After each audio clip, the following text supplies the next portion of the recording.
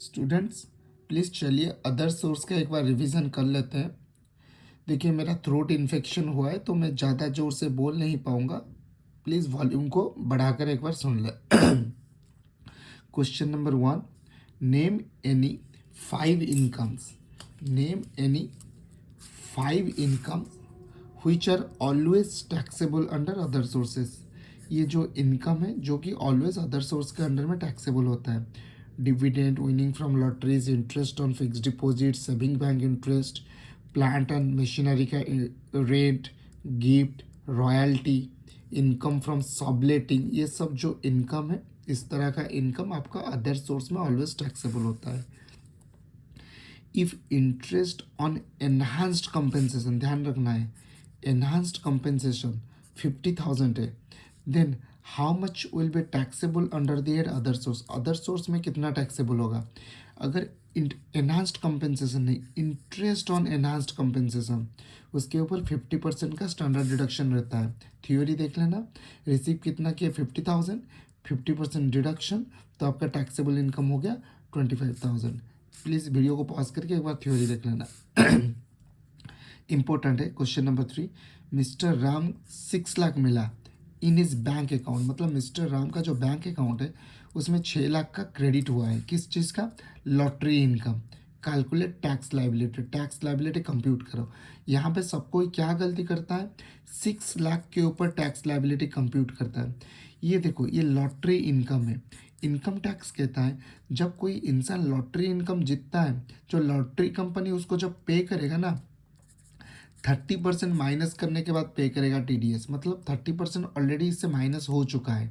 Minus होने के बाद 6 लाख रुपीज़ उसको बैंक अकाउंट में मिला है राम का। ठीक है, तो हमको क्या करना है, पहले उसका ग्रॉस इनकम कितना है निकालना है। मतलब टीडीएस 30% डिडक्ट होने से पहले उसका इनकम क्या था। क्या करेंगे हम? 100/70 इंटू 6 लाख, क्योंकि 30% डिडक्ट होने के बाद उसको 70 मिलता है। तो 70 मिलता है जब ग्रॉस इनकम 100 है, तो 6 लाख मिलेगा। 100/70 इंटू 6 लाख। कैलकुलेशन एक बार चेक कर लेना, और ये थ्योरी भी एक बार चेक कर लेना। हम इसमें नहीं जा रहे, टाइम वेस्ट होगा, तो पॉज करके देख लेना। तो इसका ग्रॉस इनकम ये हो गया इतना। अभी टैक्स लाइबिलिटी कंप्यूट करो। लॉटरी इनकम के ऊपर फ्लैट 30% टैक्स लगता है, तो क्या होगा? अगर ग्रॉस इनकम ये हो गया, इसके ऊपर 30%, ये हो गया इनकम, उसके ऊपर 4% cess, so total tax liability आ गया 267,428। अंडरस्टूड?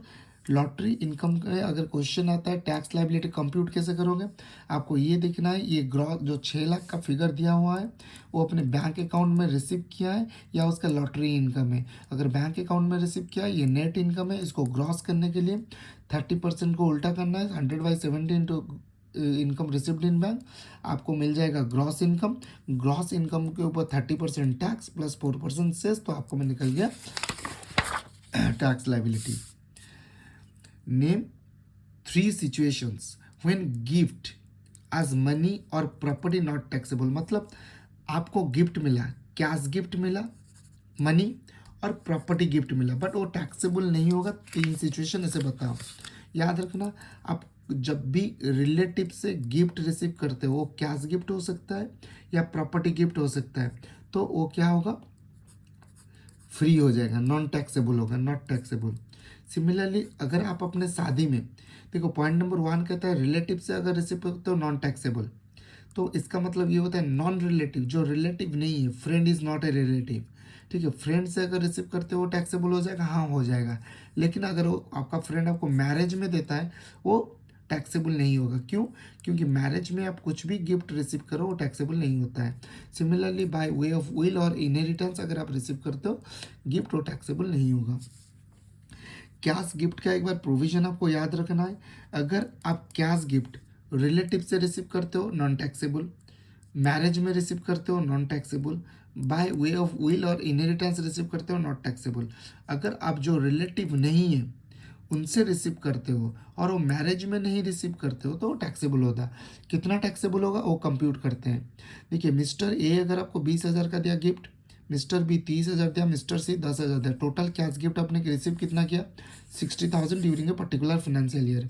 इनकम टैक्स कहता है अगर आप कैश गिफ्ट 50,000 के ऊपर क्रॉस कर रिसीव करते हो किसी भी फिनेंशियल ईयर में, ऐड कर लो, 3 कलेक्शन हुआ है, total value 60 which is more than 50, so total जितना रिसीव किए वो टैक्सेबल हो जाएगा। क्लियर? सिमिलरली अगर मूवेबल एसेट्स आप गिफ्ट रिसीव करते हो, मूवेबल एसेट्स मतलब जो कैपिटल एसेट्स मूवेबल होता है, कैपिटल गेन चैप्टर में हम लोग पढ़े थे, jewellery, drawings, paintings, cultures, archaeological collections etcetera. तो ये सब एसेट्स अगर रिसीव करते हो, सेम कैश गिफ्ट का जो रूल है, मूवेबल कैपिटल एसेट्स का सेम रूल है। मतलब जितना भी मूवेबल एसेट्स आप रिसीव करो उसको टोटल करो। क्या टोटल करोगे? उसका मार्केट वैल्यू, इसका मार्केट वैल्यू टोटल कर दिया, कितना हुआ? 60,000। अगर मार्केट वैल्यू 50 को एक्सीड करता है तो टोटल मार्केट वैल्यू क्या होगा? आपका टैक्सेबल हो जाएगा। आपने गिफ्ट रिसीव किया, उसका मार्केट वैल्यू ले लिया, सो इसका एग्रीगेट वैल्यू, यहाँ पे एग्रीगेट वैल्यू।